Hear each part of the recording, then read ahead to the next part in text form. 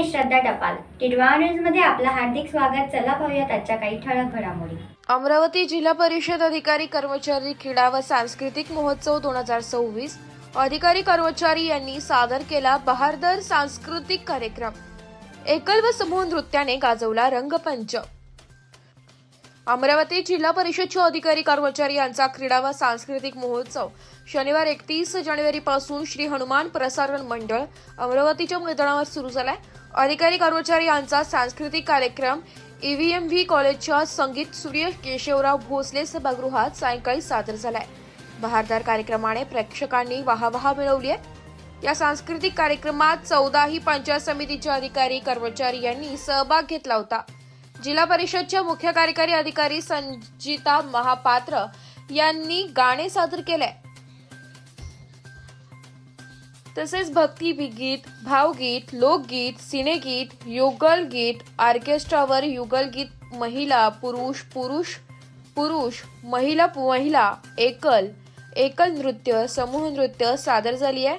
यामध्ये समूह नृत्य विजयी नांदगाव ख उपविजयी अमरावती, एकल नृत्य विजयी योगिता चव्हाण, नांदगाव ख उपविजयी अमृता नायसे वरुड, भावगीत भक्तिगीत लोकगीत विजयी श्रीकांत मुंडेकर, चांदुरबा उपविजयी किरण बुल, चिखलदरा सिनेगीत विजयी सविता मेश्राम, नांदगाव ख उपविजयी अनिल माकोडे, चिखलदरा यांना 2 फेब्रुवारी रोजी बक्षीस देण्यात येणार आहे. या कार्यक्रमाला संजिता महापात्र, मुख्य लेखा तथा वित्त अधिकारी पवार मॅडम, क्रीडा महोत्सवाचे सचिव श्रीराम कुलकर्णी, संयोजक डॉक्टर नितीन उंडे, डॉक्टर कैलास घोडकी, गटविकास अधिकारी खेडकर, बोरखडे, दांडगे उपस्थित होते.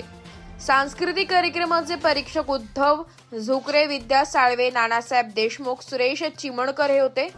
कार्यक्रमाचे बहादर सूत्रसंचालन शेख शकील यांनी केले, असे क्रीडा महोत्सवाचे प्रसिद्ध प्रमुख विनोद गाडे, विनायक लकडे, राजेश सावरकर, पूनम मुके, शरद गडीकर, हेमंतकुमार यावले यांनी कळविले आहे.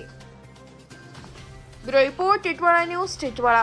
तर या होत्या आजच्या काही ठळक घडामोडी. उद्या पुन्हा भेटू याच ठिकाणी. धन्यवाद.